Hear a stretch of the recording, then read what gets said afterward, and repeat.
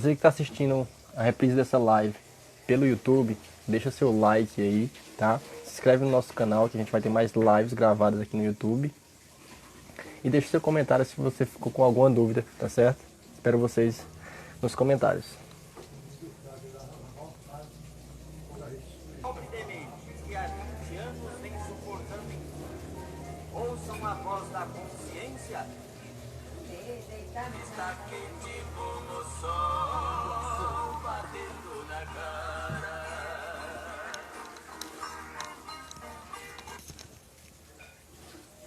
Investir em bolsa com baixo custo é importante para você? Você sabia que o BTG Pactual Digital possui...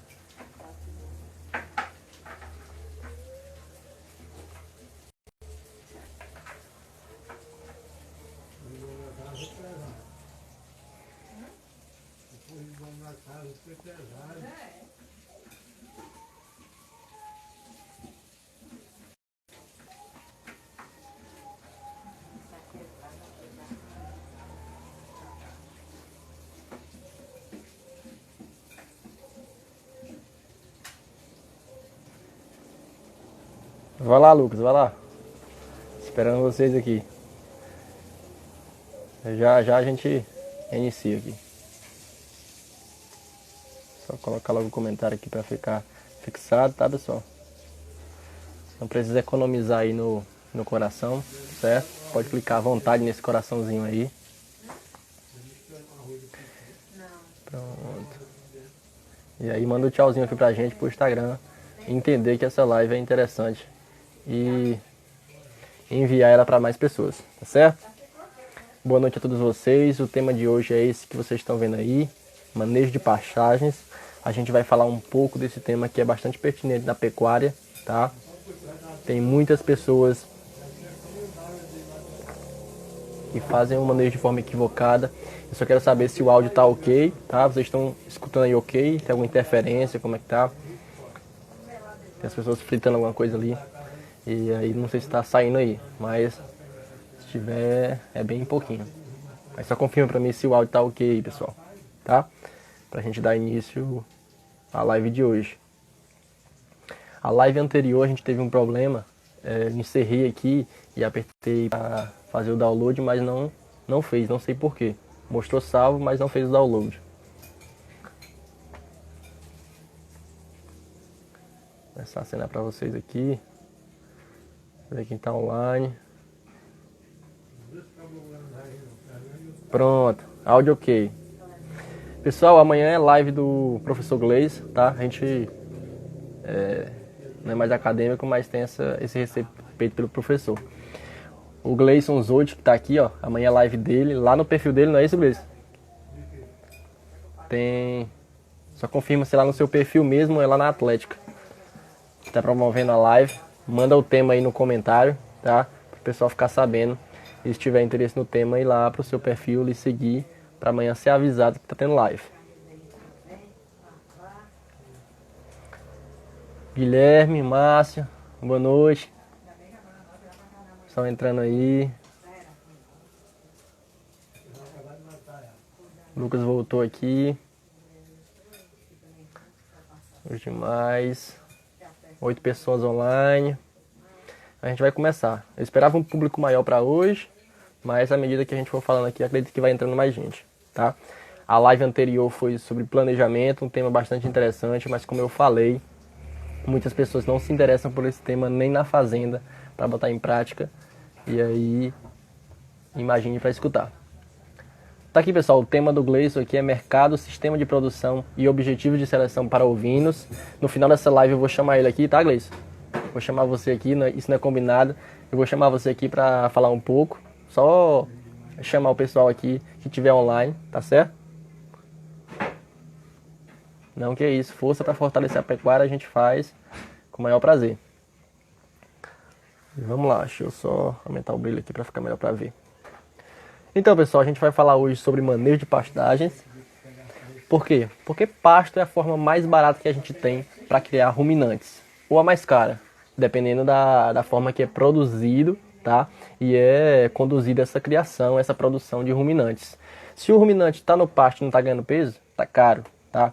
Porque aí você tem os mesmos custos, tem o custo com cerca, custo com pasto, manutenção, custo fixo, custo variável, e o animal não está se pagando, certo? E é a mesma coisa que está acontecendo agora. As empresas têm as pessoas, tá pagando salário, mas as pessoas não estão trabalhando. E é mais ou menos o que acontece na pecuária nacional, onde a gente tem um cenário bem desafiador, um cenário que desanima às vezes, mas tem muito campo, tá, para ser explorado. Vamos lá falar um pouco sobre o que tem de pastagem no país. 200 milhões de hectares são cultivadas com pastagens, seja ela nativa ou cultivada, tá? Muita hectare, tá? Muita área. O que vocês acham?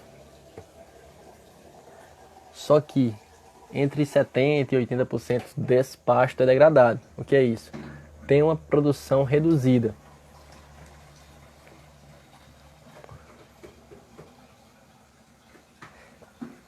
Laílson, seria interessante abordar um pouco acerca da formação da pastagem antes do tema de hoje.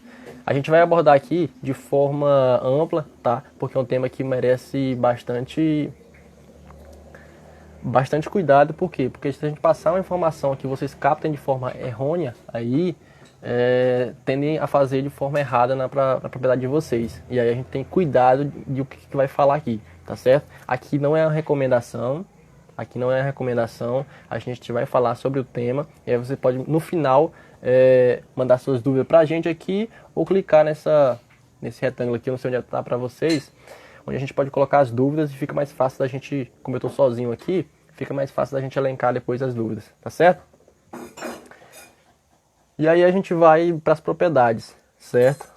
20% das propriedades não recebem assistência técnica, tá? Tem muita gente com falta de assistência técnica para conduzir a pecuária, tá? E essa recessão aí vai complicar um pouco mais essa questão. Você sabe qual é a média de lotação aqui da nossa pastagem? 0,7 UA por hectare. Muito pouco, tá, pessoal? Tá muito aquém do que a gente pode chegar. E a gente vai falar o que a gente pode fazer, tá? O que a gente pode manejar, como é que a gente pode fazer esse planejamento, que é o que foi abordado anteriormente, mas a gente vai falar aqui como se você tivesse assistido aquela live, porque a gente vai sempre seguindo aqui uma questão lógica. Laílson, e aí a produção anual aqui, média, tá? Média é de 4 a 5 arrobas por hectare, tá? Muito pequeno, muito pequeno. Tássio, a gente vai falar sobre isso já, certo? Muito pequena a produção por hectare. Essa aqui é a média que a gente tem. Pessoal, e agora eu vou falar aqui de um dado que eu fico muito triste, tá? É uma realidade, mas eu fico muito triste em falar esse dado. Eu peguei aqui um dado da Instituto Integra, que ele acompanha 420 fazendas, e que é do Antônio Shark, tá? Ele é coordenador desse projeto, onde faz o benchmark da pecuária. Ele compara fazendas para ver o resultado que essas fazendas têm. E aí eu peguei em outras fontes, como o Rally, tá? Rally da pecuária, vocês podem buscar lá também essas fontes, com relação às fazendas. Com relação à média nacional, a gente tem 4 arrobas hectare, entre 4,3, entre 4 e 5. As pesquisas fazem média, mas é mais ou menos 4 e 5. A gente tem uma produção de 4, arrobas hectare ano. E aí, no Instituto Integra, onde acompanha essas fazendas, tá? Eles têm as top rentável, que aí representa 10% das fazendas. Essas fazendas produzem, acreditem ou não, 28,1 arrobas por hectare por ano.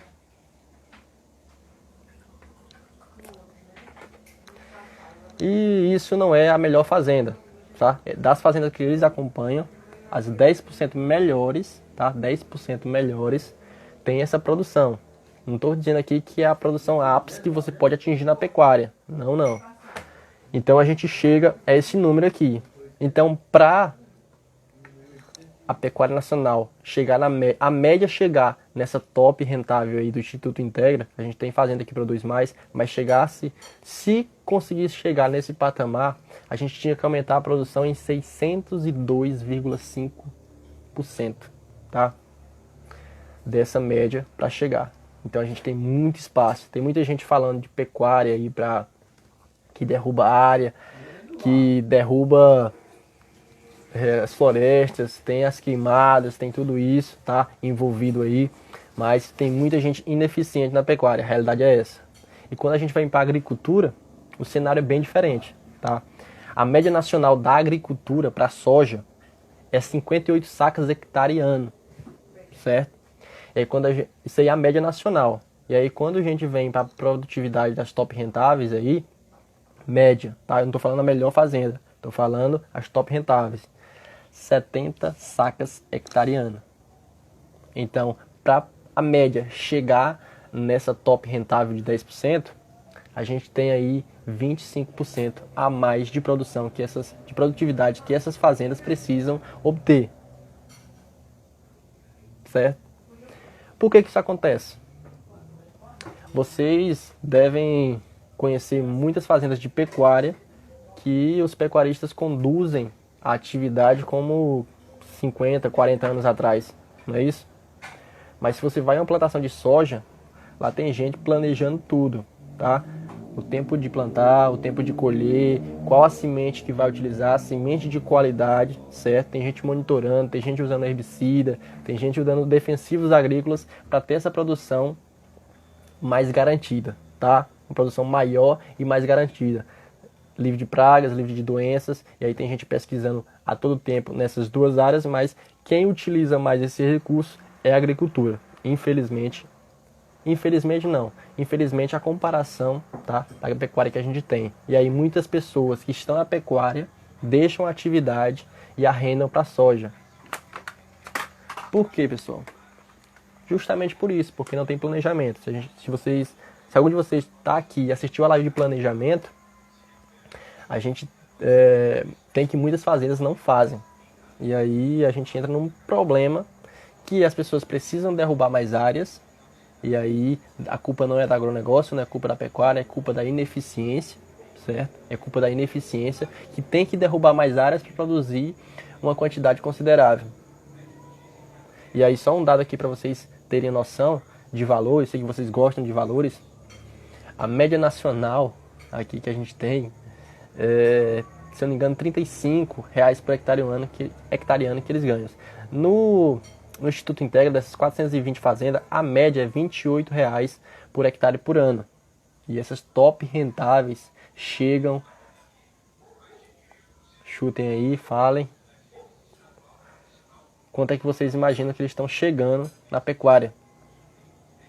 Alguém diz um valor aí.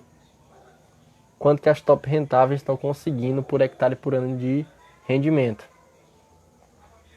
Lembrando que a top, dizendo que a média nacional é 4 arrobas por hectare e as top estão aí com 28,1. Essas fazendas, pessoal, acreditem ou não, lucram R$719 por hectare por ano. É uma diferença gritante, muito gritante, é um dado que deixa muito triste, tá? Deixa muito triste, mas é a realidade que a gente tem aqui, muita gente conduzindo de forma equivocada a pecuária, conduzindo porque gosta da pecuária. Gosta não, eu nem digo que a pessoa gosta da atividade quando ela faz isso, tá? É um tiro no pé, ela tá pagando para trabalhar e não tá tendo um retorno e não tá agregando à sociedade que ela tá. Não tá agregando ao país, não tá agregando à exportação. A gente tem o maior rebanho comercial do mundo, mas não somos os maiores produtores. Então a gente tem muita coisa, mas tem muito a ganhar ainda aí. Tem muita coisa a ser produzida, certo? Com a mesma área. Tem um dado de um pesquisador que ele fala que a gente tem capacidade de produzir 5 vezes mais sem derrubar mais 1 metro, tá? Então, quando você vê aí, você que está assistindo aqui, ou do meu perfil profissional que eu fiz, chamei vocês lá, ou que não tem muita vivência com pecuária, quando você vê alguma manchete lá, o agro é responsável. Não, pessoal, aquilo ali é pessoas ineficientes que são culpadas por essa má visão do agro, certo? E aí a gente está aí todo dia trabalhando, orientando produtores para que isso não aconteça. E alguns temas abordados aqui eu postei no Instagram, mas para quem não viu, a gente vai falar sobre escolha da forrageira, divisão, implantação, primeiro pastejo, que é muito importante, muita gente negligencia o primeiro pastejo, mas é muito interessante. E entrada e saída de animais, certo? Uma coisa que é bastante falada, mas que muita gente ainda não acredita ou não adota esse manejo de entrada e saída. Época da seca, época chuvosa e transição, tá? Transição água seca e transição secas águas. Vamos lá, escolha da forrageira. Pessoal, se vocês tiverem algum amigo que gosta de pecuária, clica nesse aviãozinho que tem aqui embaixo, tá? Eu não sei onde é que tá pra vocês aí, mas clica nele, envia aí pra 5 amigos, tá? Enquanto a gente bebe uma água aqui, pra gente aumentar essa audiência.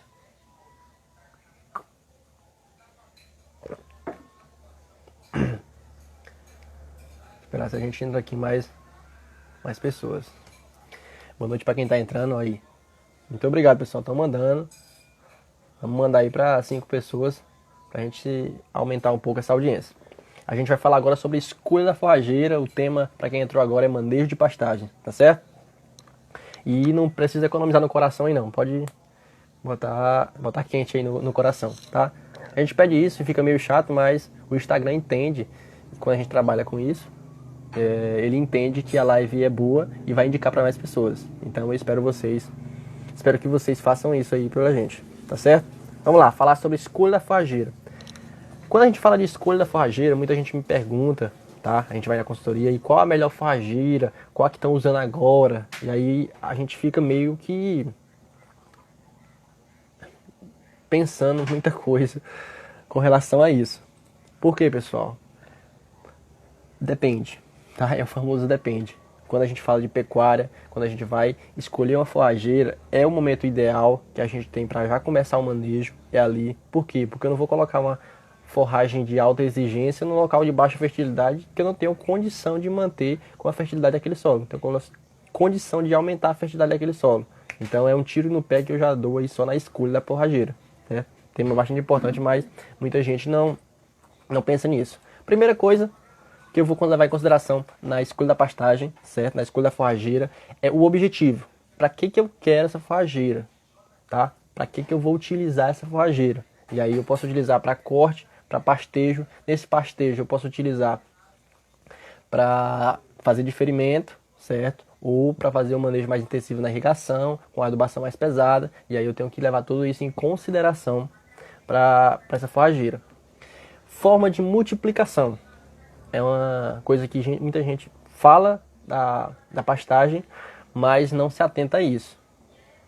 Você vai implantar uma área bem extensa, com mudas, o trabalho fica bem mais complicado, tá? A gente tem que ter um planejamento muito maior para ver se esse tem retorno, essa produção com mudas. Com semente fica bem mais fácil a gente manejar, e aí pode ser semente a lanço ou plantada de forma como grãos, tá certo? Em linhas, em sulcos. E aí o animal também é bastante importante, a gente levar em consideração o animal que a gente vai pastejar aquela forrageira, certo? Porque se é um bovino, ele consegue se alimentar de pastagens mais grosseiras, tá? Se é um bovino mais velho. E aí se for um mais novo, a gente precisa fornecer uma pastagem de maior qualidade para aquele animal que está aí sair da desmama, que vai para recria. Se a gente está falando de equinos, é outra questão. Se a gente está falando de ovinos, eu não quero um pasto tão alto para que os animais não consigam se ver. Os animais são presos, eles precisam se ver, são animais mais de um porte menor. E aí ele tem que estar enxergando o outro lá no rebanho para estar se sentindo à vontade. São presas, vivem em grupo, são animais que vivem em grupo. Potencial de adaptação da forrageira. Eu estou aqui numa região que o regime de chuvas não é dos melhores, tá? E aí as pessoas querem implantar forrageiras sem irrigação que tem uma alta exigência em fertilidade e em umidade. E aí fica bem complicado, tá? Se você não tem disponibilidade de irrigar essa área das fazendas, das pastagens que tem essa necessidade, aí fica mais complicado ainda, certo? Solo, tá? Qual é o solo que eu tenho, qual é o teor de argila que eu tenho nesse solo, qual é o perfil desse solo, tá? E aí, um abraço aqui pro nosso amigo Brodeiro Ovelheiro, que entende aí muito de ovino e caprino, tá?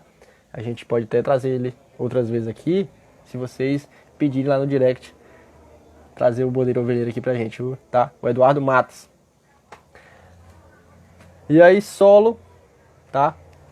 Porque solo é uma variável que a gente tem que levar em consideração, só que solo, dependendo das suas condições, você pode dar uma melhorada nesse solo, na parte de fertilidade, na parte estrutural desse solo. Mas aí, se o clima não é favorável, pessoal, para você mudar um clima é uma coisa bem mais complicada. Você não vai fazer uma estufa em um pasto, tá? Não vai fazer uma estufa em um pasto. Meu amor acabou de entrar aí, a Letícia. Falando em clima, eu não vou fazer uma estufa para os animais pastejarem. Isso aí é loucura, tá? É loucura, e aí eu não posso mudar o clima da região porque eu quero escolher aquela forrageira, certo? E aí buscar forrageiras que sejam adaptadas às condições que eu tenho. Eu postei no vídeo aí no IGTV, que é do senhor Manelito, tá? Grande experiente na pecuária. E aí ele fala a seguinte frase: buscar componentes biológicos compatíveis, animais e plantas, certo? Planta certa e animal certo para a localidade que você está inserida, tá? Para a atividade que você quer.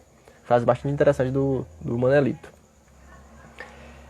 E aí, escolha forrageira, a gente tem toda essa parte, tá? Que a gente falou de qual o objetivo, forma de multiplicação, desculpa, o animal que vai pastejar esse local, potencial de adaptação da forrageira, solo e clima, tá? A gente leva em consideração outras coisas, investimento, mas aí só para você ter uma noção do que a gente leva em consideração na forrageira. Para quando você chegar no local, você não chegar perguntando qual é a forrageira melhor, tá? Sempre, todo ano tem aquela forrageira milagrosa, a forrageira do ano.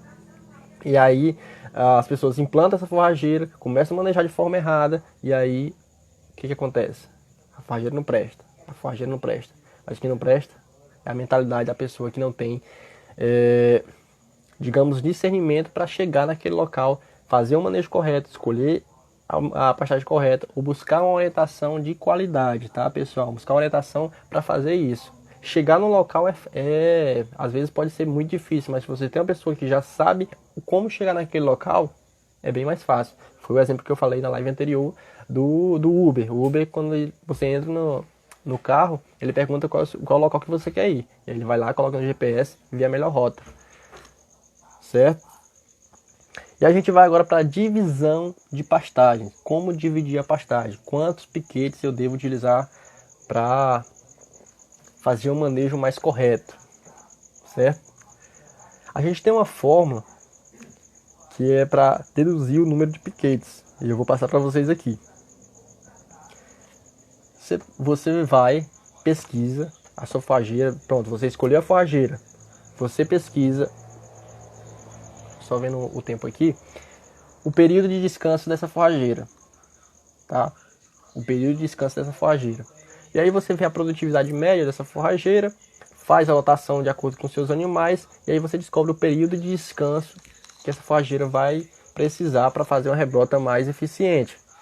E aí você pega o período de pastejo, o período de descanso, você divide o período de pastejo pelo período de descanso. Vamos imaginar que a pastagem tem aí um período de descanso de 24 dias, tá? E aí ela tem um período de ocupação de 3 dias. Então 24 dividido para 3, 8. Soma mais 1, tá? A fórmula é essa. Período de descanso dividido pelo período de ocupação mais 1. Esse 1 a gente não vai entrar no mérito agora, tá? Implantação. Nosso amigo aí, eu não lembro mais o nome, se tiver online, dá um joinha pra gente aí, sobre implantação da forrageira, tá? Quando a gente vai fazer a implantação, a gente vai ver a área. O que a área precisa pra gente fazer o manejo de implantação dessa forrageira. Ah, não é só derrubar e fazer? Não. Não é só derrubar e fazer, não. Não é só derrubar e jogar semente, não. A gente tem que derrubar, destocar, tirar as raízes, Mesma coisa que você vai fazer na plantação de soja, tá? Para essa planta não ter nenhum impedimento químico e nem físico. Químico, nenhuma raiz, alguma parte de madeira que tenha, alguma vegetação remanescente que tenha lá. E aí você deixa tudo limpo, tá? Faz o preparo do solo. E aí depois você faz as correções e adubações, caso você tenha condições para isso, tá, pessoal? Não vá, eu não vou fazer isso aqui porque eu não tenho condições de colocar um calcário, de colocar um gesso. Uma frase que eu gosto muito é: muito melhor feito do que bem feito, tá? Você pode começar com o que você tem, e aí a gente vai para Mário Sérgio Cortella, que fala a seguinte frase: faça o melhor nas condições que você tem, enquanto não tem condições melhores para fazer melhor ainda, certo? Isso é capricho. Correção, adubação, se necessário, pessoal. Vejo muita gente pegando e comprando calcário e jogando na área. Vamos lá. Se você não faz uma análise de solo antes disso, pessoal, você não sabe quanto que você precisa colocar. E aí, se você colocar menos do que a área precisa, você colocou ali, não vai fazer o efeito que você espera. E aí você queima todo o seu planejamento. Coloca mais, queima lucro. Certo? Simples. Simplesmente isso aí. Preparo de solo, a gente tem que ter muito cuidado no preparo do solo, tá? Para fazer aí, se tiver uma declividade maior, fazer em curva de nível, fazer um terraço se for maior ainda, essa declividade. Sempre se atentar a isso, porque aí você pode já definir a sua produção, tá? Seu retorno aí na pecuária somente nessa implantação feita de forma equivocada. Vamos lá. Cleison, eu só peço que você guarde essa pergunta para o final, tá? Porque aí fica mais fácil da gente pesquisar depois aqui. Você manda, a gente só guarda essa pergunta aí, porque eu não estou aqui sozinho, não tenho como guardar, tá? Eu te peço que você copie essa pergunta e guarde para a gente falar no final aqui. Eu vou abrir para perguntas, e aí eu vou chamar ao vivo aqui, tá certo? Então a gente vai para implantação. Implantação é isso, pessoal. Tá? Implantar a área, e aí eu tenho que ter semente de qualidade, fazer uma análise de solo para ver o que a área precisa, eu já escolhi a forrageira, da área, já fiz o desmatamento da área, tá? Fui lá no órgão responsável, tirei a licença e fiz o desmatamento da área de forma legal, tá? De forma legal. E aí, se eu já tiver uma área, eu só sou necessário derrubar outra área se eu estou explorando aquela área ao máximo. Então, se eu não estiver explorando aquela área ao máximo, eu não preciso derrubar mais área. Foi o que a gente falou aqui no começo, tá? No começo da live a gente falou isso aqui, e aí não seja dessas pessoas. E aí, semente de qualidade de empresas idôneas, tá? Para não ter um erro logo ali no começo. E aí você fez vamos considerar que você fez tudo isso de forma correta, fez a correção de solo, aí usou calcário, usou gesso se necessário, fez uma adubação de fundação, depois aí as plantas estão nascendo, fez uma adubação de cobertura, e aí guarda pro final, Breno, tá? Vamos lá. Qual semente e tal, a gente fez toda essa parte aí. Pessoal, eu só peço desculpa porque eu não consigo aqui ignorar vocês. Na hora que vocês mandam mensagem, eu tenho que responder, eu tenho que ler aqui. E aí eu não consigo ignorar vocês. Me desculpa aí por estar parando para as perguntas, tá certo? E aí você fez todo esse manejo correto, tá lá, fez adubação de fundação, fez adubação de cobertura, as plantas estão lá nascendo, tá tudo lá. E aí, quando fazer o primeiro pastejo, pessoal? Quando fazer o primeiro pastejo? E aí, se alguém tiver algum palpite, pode mandar aí pra gente, nesse momento de interação, a gente falar um pouco. O primeiro pastejo, pessoal, não é a hora de o animal consumir o pasto. Não é a hora de você fornecer a pastagem. Pastejo contínuo, realidade de maioria das pessoas. Pessoal, não é hora, tá? do primeiro pastejo você fazer um consumo excessivo dessa forragem. Por quê? É uma planta jovem, do mesmo modo que você está, se você já fez um jardim, você está fazendo a planta jovem, você tem todo o cuidado com aquela planta, é a mesma coisa quando você vai fazer uma pastagem, tá? Ela não está estabelecida ainda, aquela planta, não está estabelecida toda aquela área, então você tem que ter um cuidado maior. O que acontece? A gente tem dois sistemas de crescimento, a gema apical e a gema basal. Quando a gente vai fazer o primeiro pastejo, o que a gente quer? Continuar a formação. Nesse primeiro pastejo, a gente está continuando a formação da pastagem. E aí, o que a gente faz? Faz um corte superficial. E aí, se você tiver máquina, você faz. Se você tiver animais, você faz. E aí, depende da fazenda, da estratégia. A gente não vai entrar no mérito disso. Mas com animais leves, tá? Animais que estão sendo desmamados aí, garrotes, novilhas. Colocar animais leves para fazer só uma desfolha naquele local, aí quando a planta está com 80% já da altura de entrada. Por quê? Você vai uniformizar porque você precisa começar de algum lugar, tá? Você precisa começar de algum lugar esse pastejo e aí fazer de forma para uniformizar. E aí quando você corta essa gema apical, você tem a gema basal se desenvolvendo. Por quê? Porque a gema apical ela inibe o crescimento da gema basal. E quando você corta, a gema basal a gema apical corta, tá? Não tem essa inibição da gema basal, e aí a gente tem um crescimento da pastagem, um perfilhamento maior da pastagem, certo? E a gente faz a torceira, e aí tem implanta, tem uma planta mais vigorosa. Não se preocupar, porque na hora desse primeiro pastejo, muitas plantas vão sair da boca do animal com raiz. São plantas que naturalmente não iam sobreviver, e aí já é uma seleção natural, tá certo? Muita gente fala em primeiro pastejo só quando sementear, porque o pasto você não usou uma semente de qualidade, ou não usou uma quantidade de semente adequada, e aí já tem aquelas manchas lá no pasto, locais que não estão com nascimento interessante, e aí a pessoa vem o que? Pensa, não, vou deixar a planta sementear para sanar todas essas falhas, não é isso? Não é o que mais ocorre? Mas aí você pode estar dando um tiro maior no seu pé, tá? Ou até na cabeça. Por quê? Porque aí você tem uma pastagem de má qualidade, certo? E aí pode até piorar essa situação. Você vai ter uma pastagem de má qualidade para fornecer para os animais, tá? Uma maior quantidade de talos. A planta já jogou todo o seu valor nutricional para a semente, tá? Ela já reproduziu e ali ela jogou tudo para a semente, caiu no chão, acabou, tá?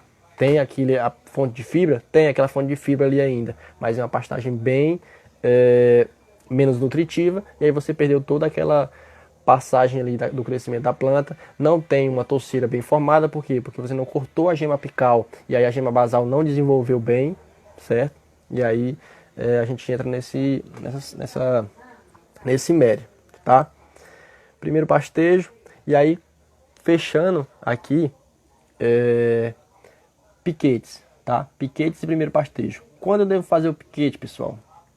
Antes, tá? Ou na hora que eu tiver... Antes não, depois que eu fazer todo o preparo de solo e sementear a área. Por quê? Porque vai facilitar a mecanização. Aí fiz isso, vou logo fazer os piquetes. Por quê? Porque aí eu preciso já começar a fazer uma desfolha eficiente, tá, da área. E aí já vou rodando esses animais para fazer essa desfolha mais eficiente. E aí eu já utilizo os piquetes. Se eu colocar os animais em uma grande área, os animais vão rodar, não vai fazer o pastejo de forma uniforme, que é o que eu quero agora, é uniformizar essa pastagem. E muitas pastagens não vão se estabelecer de forma correta. E aí eu vou ter mais manchas, tá? Que a gente falou aqui, mais manchas, uma pastagem menos produtiva e menos estabelecida de forma não tão interessante, certo? E esse é o objetivo do primeiro pastejo. A gente fez uma live anteriormente só sobre o primeiro pastejo, então a gente não vai entrar muito no mérito aqui agora, tá? Altura de entrada e altura de saída. Muita gente pergunta. Eu tenho uma tabela aqui, e a gente tem do Marandu, do Charaés, do Piatã, do Decumes, do Midícola, do Maasai, do Mombasa, do Tanzânia, do Zuri, do Aruana, do Estrela, do Tifton e do Andropólogo. E aí vocês podem perguntar, alguém que tem algum capim, que tenha dúvida, tem algum desses capim tem a dúvida, pode mandar aí que a gente responde. Se não, a gente fala qualquer um aqui, tá? Escolhe um aqui e fala pra tá dando como exemplo.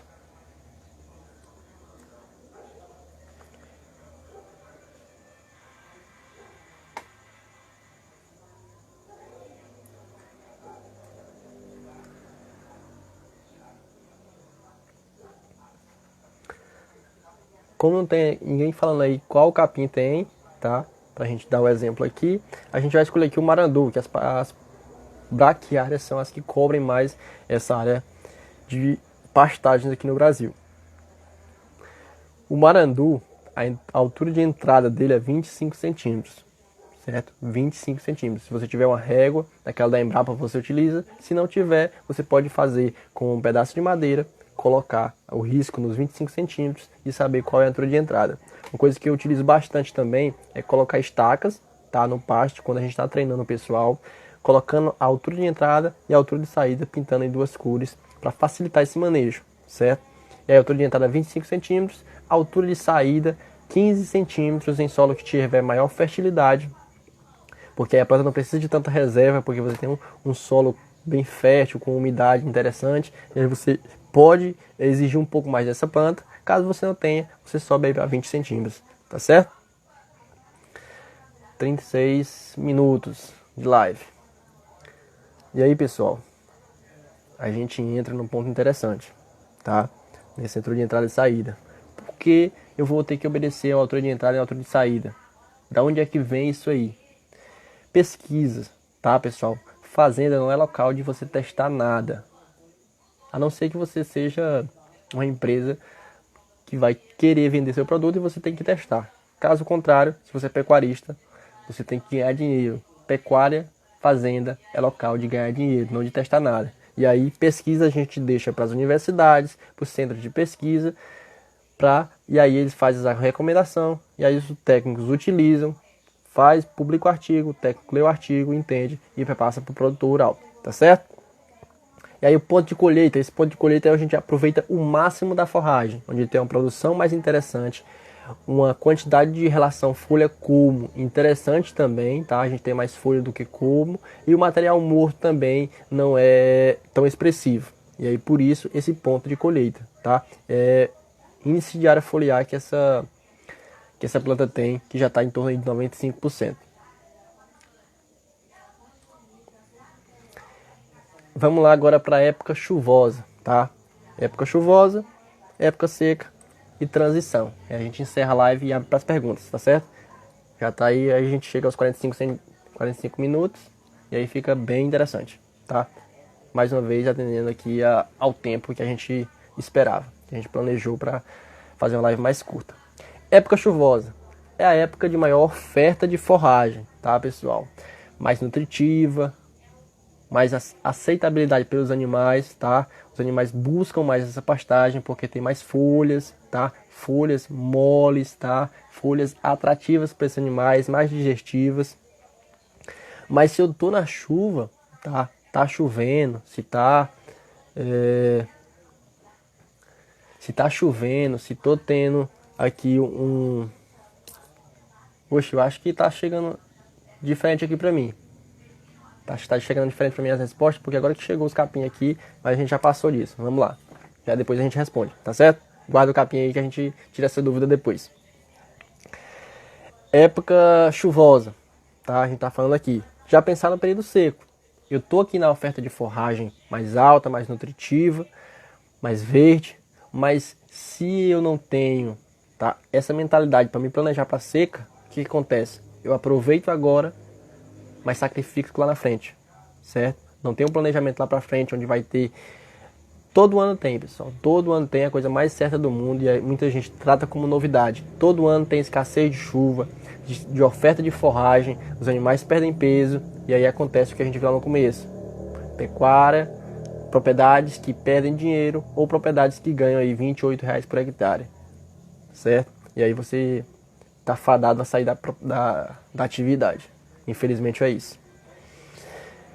Já pensar no período seco. E aí você pensando na planta. A gente vai falar pensando agora na planta, tá? Quando eu estou no período chuvoso, que eu vou fazer, vamos aproveitar para entrar logo no período chuvoso, transição águas secas e transição secas águas, certo?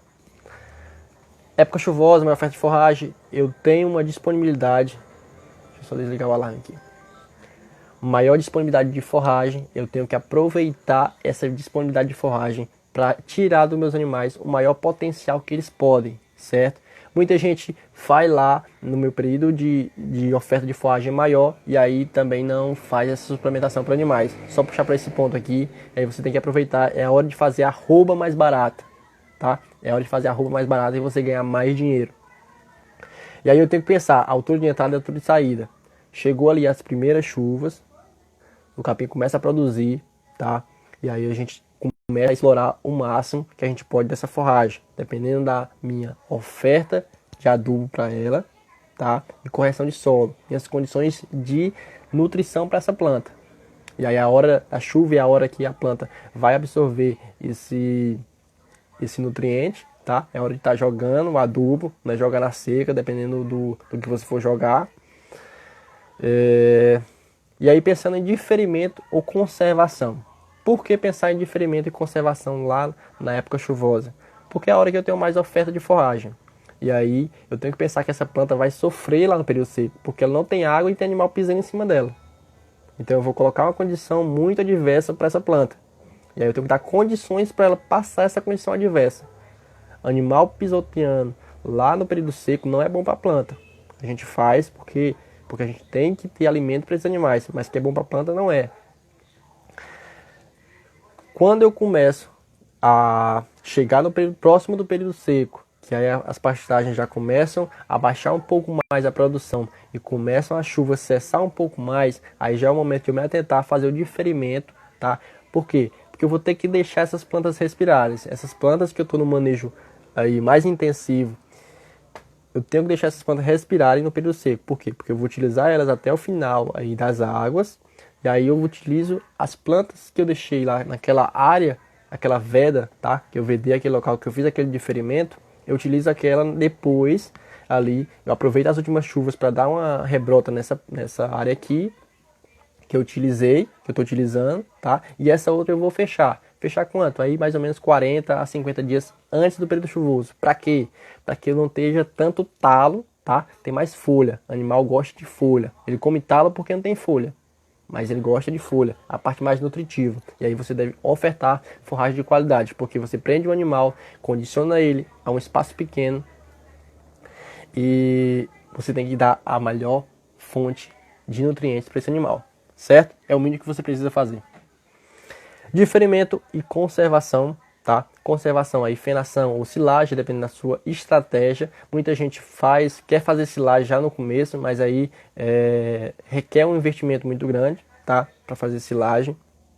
Dependendo da forma que você vai fazer essa silagem, se for de milho, implantação, maquinário para colheita, e aí você tem que estudar bem esse planejamento, ver se sua fazenda comporta toda essa tecnologia.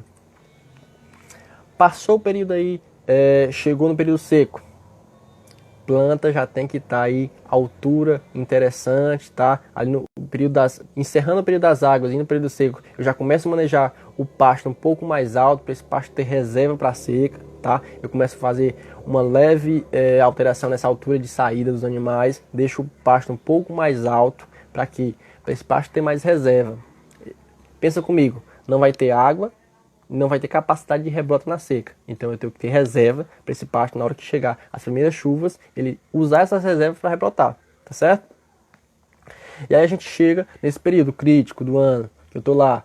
Se eu fiz um diferimento ou uma conservação, eu começo a utilizar essas áreas, tá? E aí eu preciso de uma suplementação interessante para essa época. A forragem, pensando na forragem, eu não posso raspar isso, tá? Deixar lá para trazer, digamos, uma dificuldade maior para essa forragem, deixar ela mais exposta aí ao sol e a essa incidência de sol e temperatura alta que vai prejudicar essa rebrota da planta. E eu faço, tá, essa desfolha, dependendo da minha intenção com os animais, corto, tá, faço esse pastejo de forma controlada, e aí eu preciso ter algumas áreas, fazer só em uma área não vai ser bom, porque você não pode não ter forragem de qualidade para ofertar para os animais. E se for uma área grande, os animais vão percorrer muitas muita distância, certo? E aí o animal, a cada 1 quilômetro que ele anda, ele perde 52 gramas. E aí se a área for muito grande, ele pode perder aí 100, 200 gramas por dia. Pensando agora, passou a seca, e aí vem o período chuvoso.